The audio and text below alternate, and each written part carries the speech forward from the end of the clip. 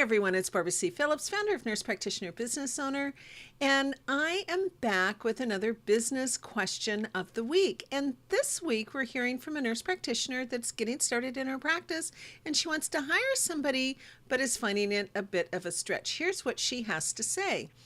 I'm having difficulty finding people to work. It seems when they realize it's a medical practice, their common sense goes out the window and they want $30 an hour to answer the phone, plus a generous amount for health insurance. Any suggestions?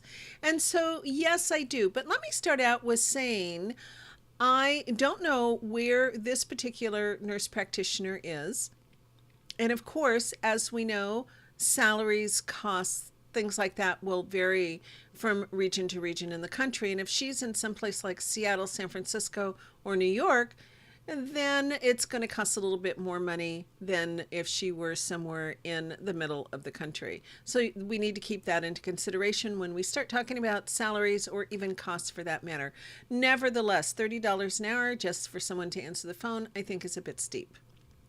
So what are my suggestions? Well, my first one is, if you're just starting out, do you really need to hire somebody? And I think we need to look at that very carefully, because if you think about it, and I said this in another video, the amount of money that you're paying in overhead and in many cases salaries for staff is among your highest, if not the highest, overhead cost. But the more that you're spending in overhead, the less money that is going into your pocket to help you grow your business. So you want to keep that in mind when you're first starting. And if this is a very small practice, you may not need to hire somebody to begin with. You can answer the phone yourself.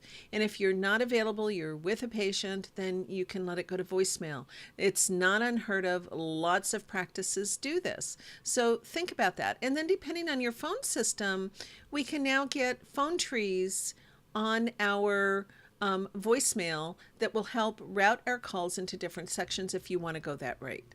So that's one way to go. The second one is, do you really need somebody full-time? Can you hire somebody part-time? Maybe just a few hours a week. Have them there at the peak times that your phone is ringing the most, if that's all that you're having them do. So the next two, an answering service and a virtual assistant, those are things where we outsource answering our phones for us. And there's a couple of different ways you can do it. Now, we're all familiar, I think, with answering services that are utilized by medical practices, particularly for after-hours calls. But you can also have that done during the day as well.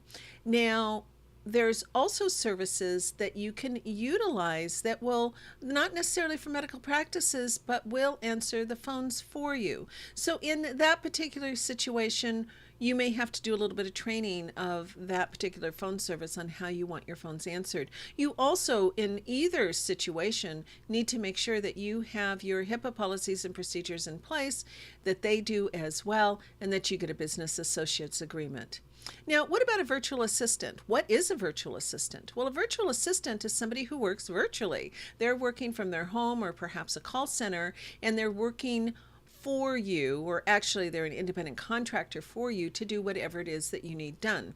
The beauty of working with a virtual assistant is, in general, you get charged for the work that they do, the time that they spend working on your business. They may actually be working for several different people at the same time, but you only get charged for when they are actually doing something for you. So that turns out then to be rather a nice compromise, and it's also somebody that you can utilize cost effectively. Now, I've utilized virtual assistants before in my office, not so much for answering the phones, but for putting together different things that I needed for our office. So in one situation in particular, I hired a virtual assistant who was actually offshore. She was in the Philippines. She happened to also be an RN, and she knew exactly what I needed when I had put out the request for somebody who could put together the data safety manual for all the products that were in our office. And so she knew exactly what I needed. She gathered all the information. She created it in a nice PDF format. I was able to print it and have it in our office. And so that's another utilization. However, you're going to be utilizing somebody, whether you hire somebody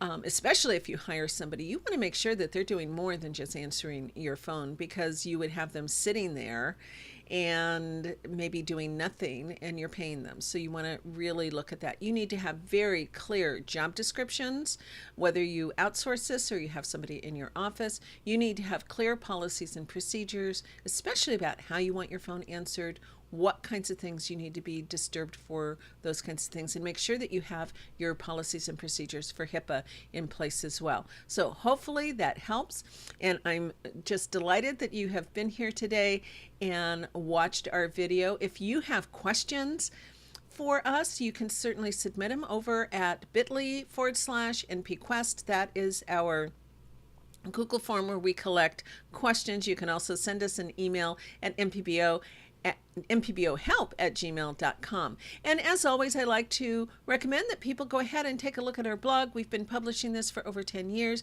and you can find lots of information for nurse practitioners in business, and you can learn more about us as well at Clinician Business Institute. Thank you so much for liking, subscribing, and sharing our videos here on YouTube, and I will see you next time for another NPBO business question of the week. So bye-bye now.